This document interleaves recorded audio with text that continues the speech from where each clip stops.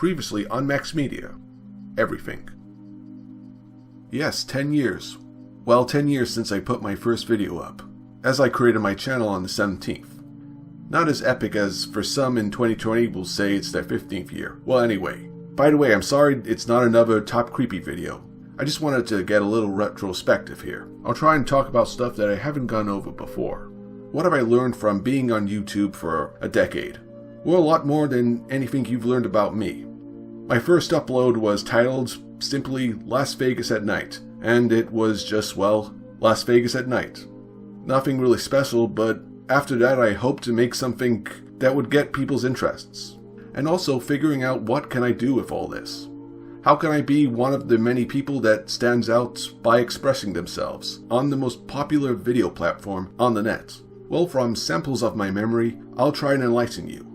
When I started my channel back in 2010, YouTube was still in that kind of Wild West state, where people were still trying to figure out what would work and last, where we remembered the video content more than the personalities that uploaded them. So it was kind of a perfect and unperfect place for my Nevada footage.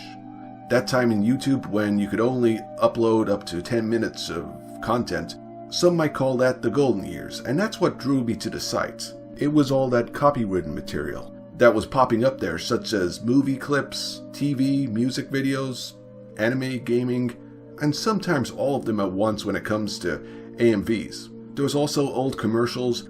It was like an archive for everything nostalgic and forgotten.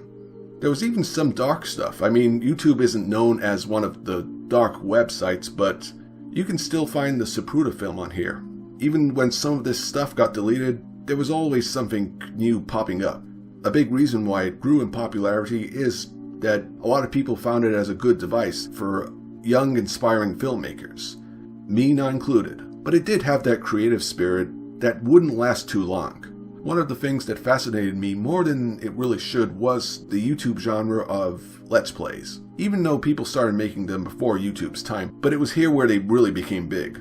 Even spectacular speedruns that would end up contributing to important charities. It was these popular gaming channels with creative amateurs who reviewed them that have more stood the test of time, seeming that they don't get taken down often. There was also a community of people who took on stunts and challenges that I found too entertaining to be a part of. Okay, I just didn't have the balls for it.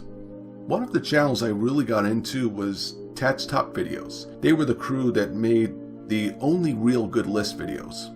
Think of it as the yin to Watch Mojo's yang. Some of the lists even went up to 50, and they did some excellent SFM SCP interviews. I even tried to be a part of their crew with a awful cringy audition, but because I don't have any artistic or musical skills, I started doing my own lists. My Top 10 Creepy series, where I documented a bunch of things that I found creepy and felt like persuading you to think the same way, such as this thing. Five Nights at Freddy's Mania, back in the day, helped it get to 1 million views. Oh, what am I kidding, the mania is still going on. I tried attempts at doing other stuff that kind of gets noticed, but I'm just glad for the views I get. They've all got that infotainment angle to them. I don't really have much of a style apart from, if I like it I'll put it up, which I guess that's kind of everyone's style. Given that, a channel I really wish I could have lived up to was Lasagna Cat, tributes to Jim Davis. The way they were ahead of their time and the type of humor we would now call shitposting, stirring the limits of what people will refuse to accept. Something that I was really impressed by that I wish I could have taken a stab at is animation.